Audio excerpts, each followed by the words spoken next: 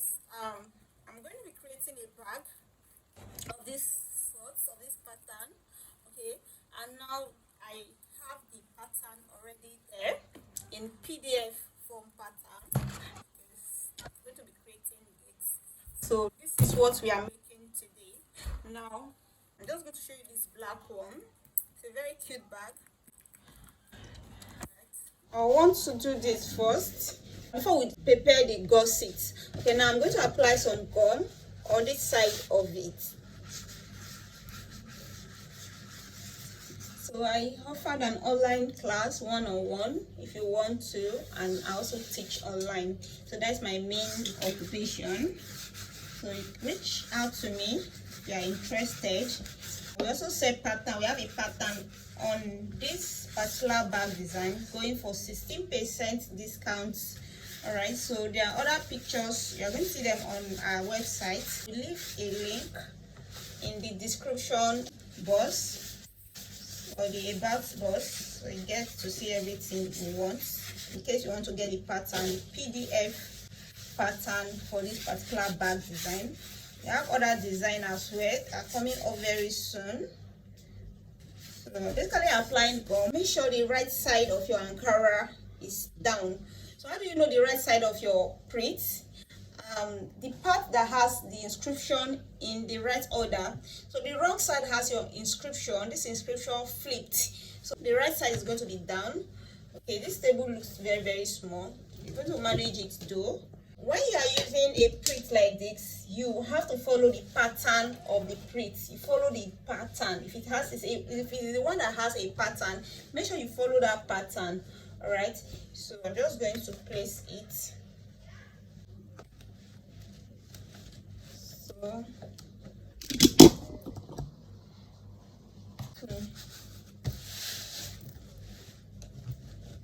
I'm going to turn it to kind of remove the wrinkles. As you can see, it's wrinkled. So I'm just going to remove the wrinkles rather.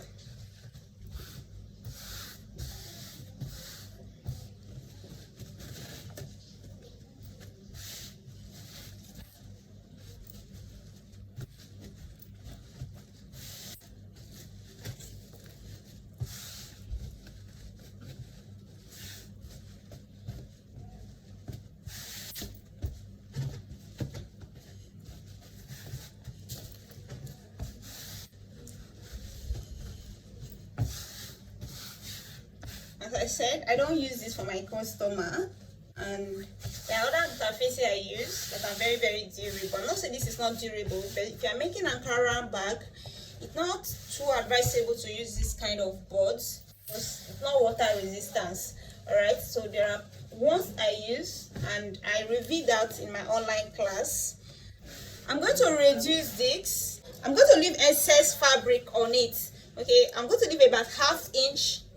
So because we are going to be folding onto it to cover the raw edges, so that's the purpose we are actually reducing it to leave about ½ inch, because this will come onto this like this. It will cover the raw edges and to make it folded like this. And when you are folding, make sure it's tight on this. Okay, we want a neat work. So I'm just going to cut. Did not do any measurement. I eyeballed it. Okay.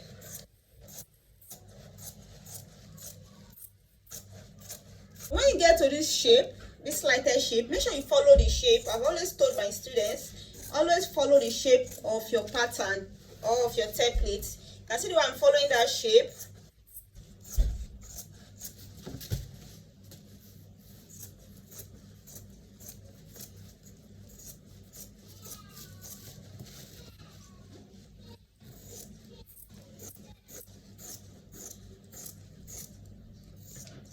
I have it like this, and this is the inside. So the next thing we are going to do, you apply gum on the edge. So you let it dry for 10 minutes, then you fold it onto this other side of the interface. In this case, we are using a OK test board for the interfacing. Now some of you asking if you can use your EVA phone. Yes, EVA phone is also called Mako in Nigeria. So if you are in any other country that cannot access any of this interface, you can use your Decovert or your PETES to interface if you are doing a structured bag.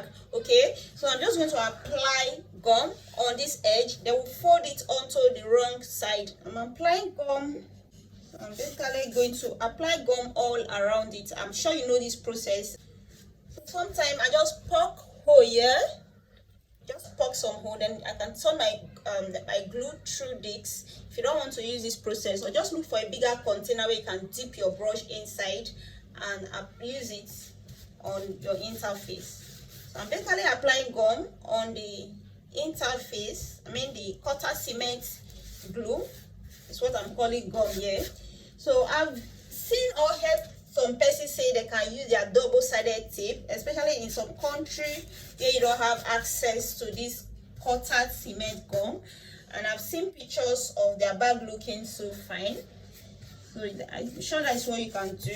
So now I'm going to leave this to dry for 10 minutes so it can get sticking and it can kind of not stain your fabric. All right, because if it's wet, it can easily stain your fabric.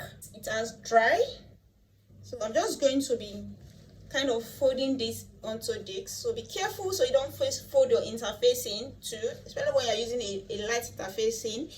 There's a tendency for you to fold interfacing.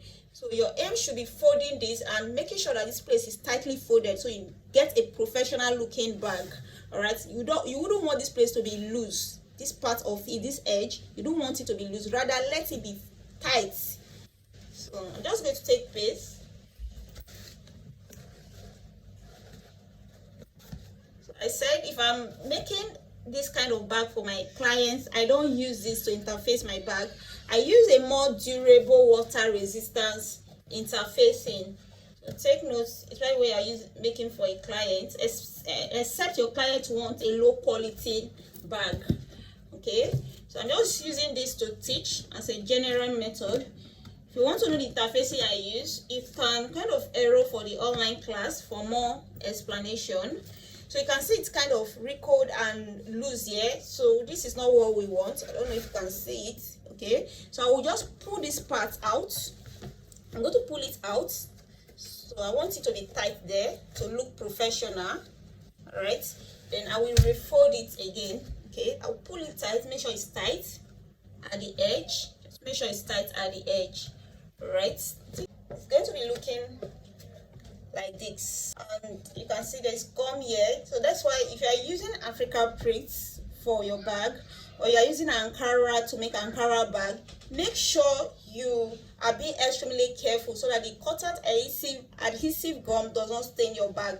If it is leather, you can easily remove it with some substance. For Ankara print like this, most time if you are doing for a customer, there's this tendency for you to just forsake such a bag. So I'll take my time to see if I can remove these stains, but you have to be extremely careful. This is the pattern, the PDF pattern. I'm going to be using the patterns, please. So it comes with a slit pocket and some other pockets.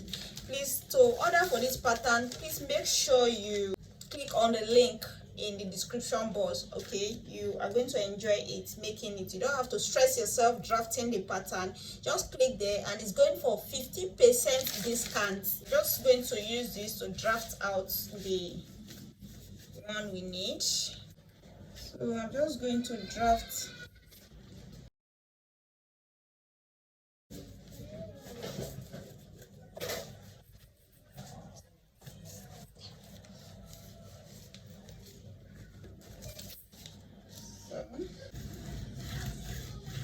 I'll straighten the lines out.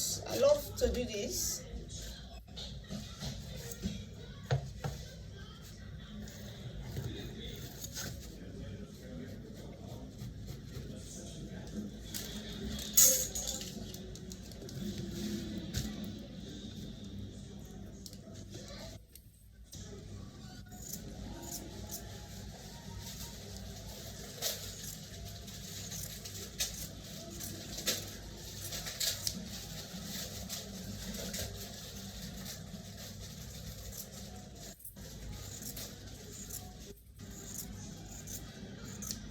So I'm cutting out the external, cutting from this pattern.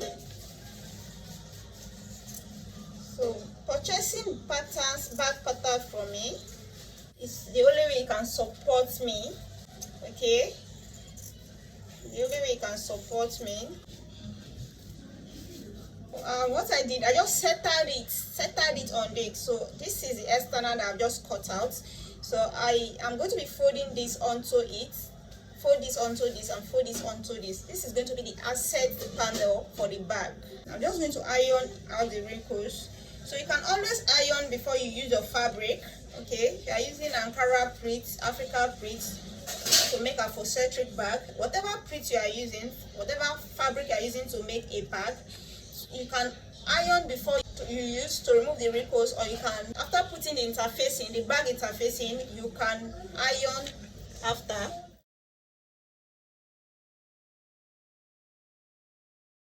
So I like using my hand. I know some persons have sent me messages that it's not hygienic. Sorry, it's faster for me this way. I'm so sorry, and maybe I'm addicted to it or I'm used to it. Okay, so now my advice is, if you feel it's not hygienic for you, please use your brush. There are tiny brushes that you can use.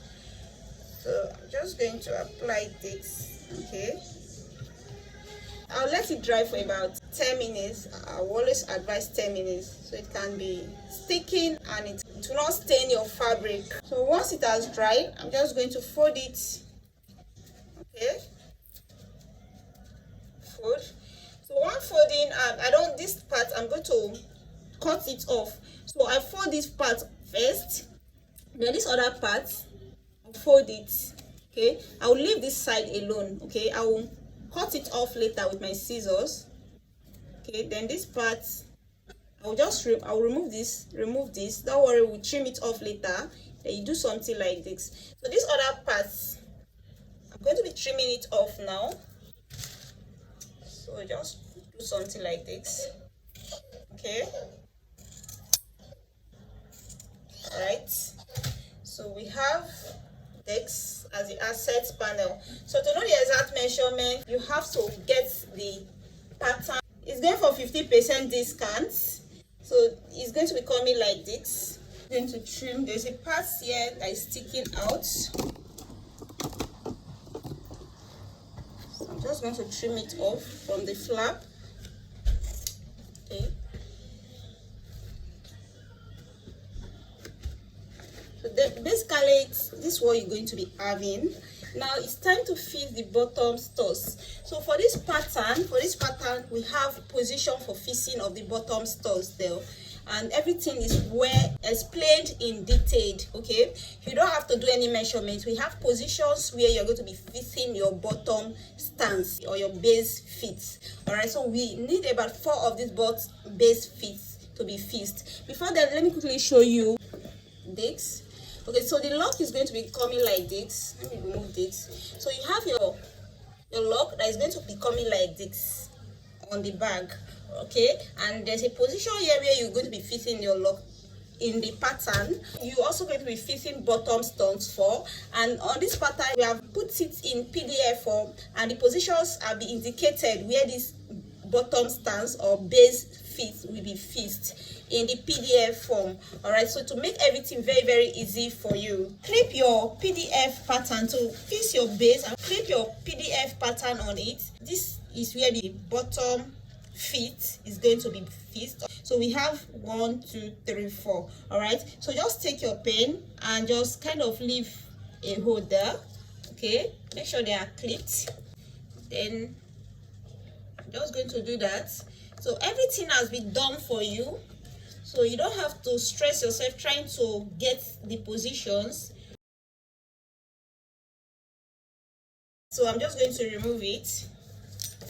You can see automatically you have a point here, you have another point here, you have another one here, you have another one here. So what I'm going to do, I'm just going to make like a cross mark so it can be easy. My pen is not writing well. So these are the 4 points we are going to put in our bottom studs. All right, so I'm going to take my seam ripper. So I have 4 studs I'm going to be fitting. So you're going to take your seam ripper. Okay, then I'm just going to fit them. So I'm just going to cut a hole on it.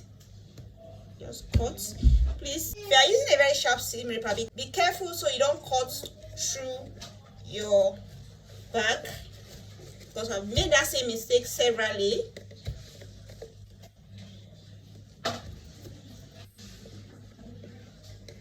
Okay.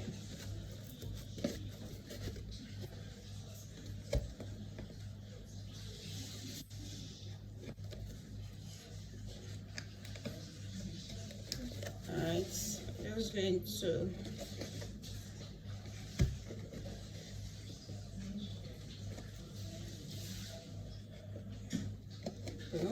then I'm going to kind of remove all of this. I've not sewed this. For this, I'm going to be sewing this to this later. So let's fix the bottom studs first. I'm just going to turn it like this. Okay. I always advise my students to use a bottom studs that has a screw. I'm just going to turn it. Then I'll open it. And what I usually do, I'll just push from the back so it can be tight against it. Okay. I want it to be tight against it. I'll push from the back. Okay. As I said before, I prefer to use the one that is screwed. Okay, it's more lasting and more quality than this. So I'll cut a little bit of tape. You can use a white tape or black tape, whatever tape you have, just to make it look professional and more secured. Then do something like this.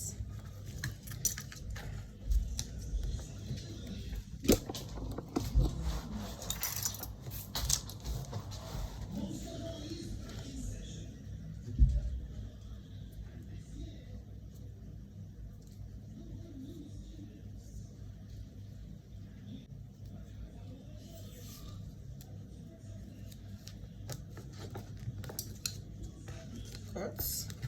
Just to make it look professional and more secured. So I have two left.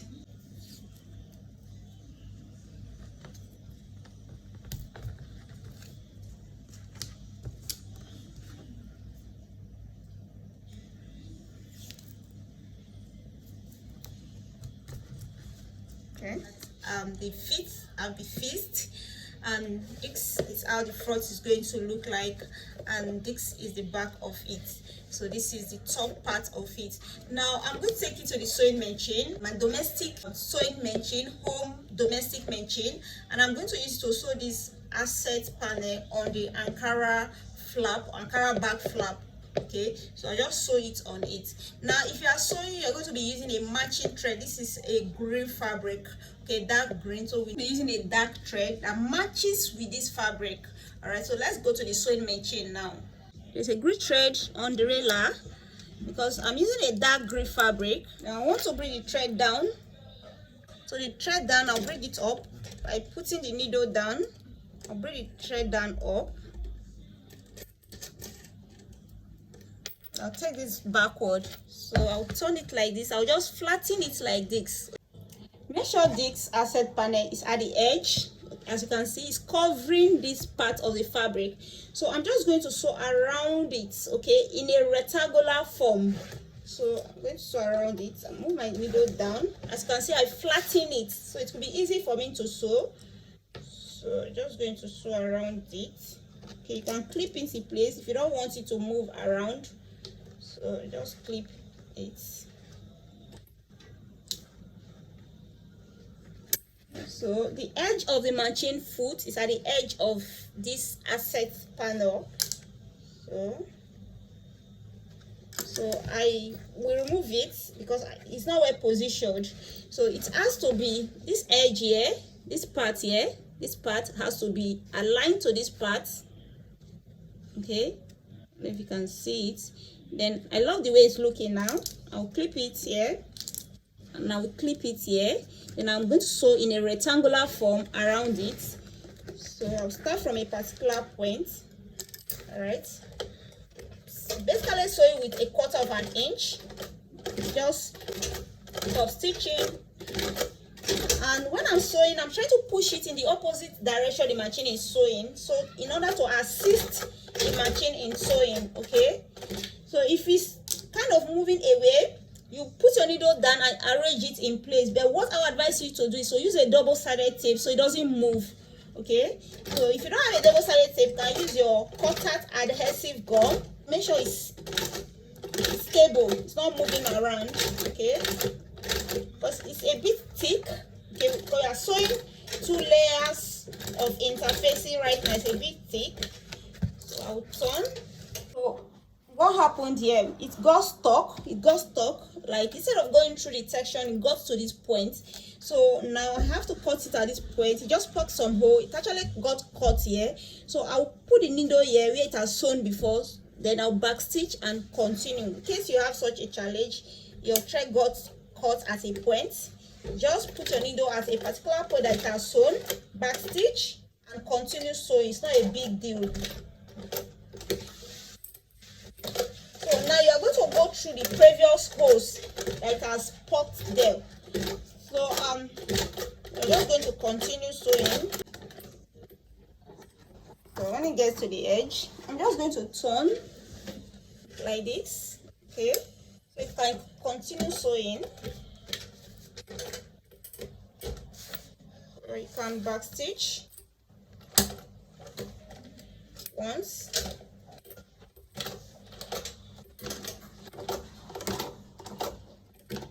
So the trick I do here is I will stop here, because if I decide to turn it, because of this, it's going to prevent it from moving freely. So I'll just backstitch here and start from this point again.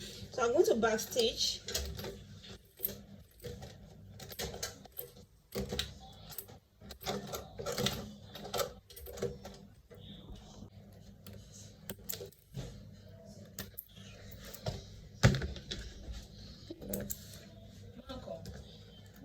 I'll turn it this way. There is sew on this part, there is sew on this, and backstitch. At every point in time, make sure you backstitch.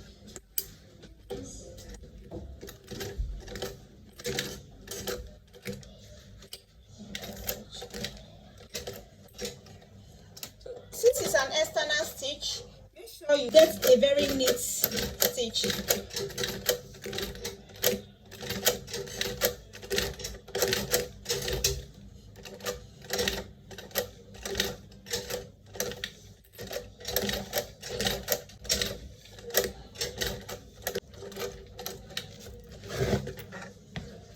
I backstitch here. I didn't backstitch when I started. I just backstitch. When you start, just make sure you backstitch. Okay, you mustn't backstitch all the time. You can always pass your needle down, so tie it at the down. Okay, if you want to get very neat work. Just going to burn some of this. I like using the blue flame, okay, not to leave some black stains on it. Just burn it off to get a neater work.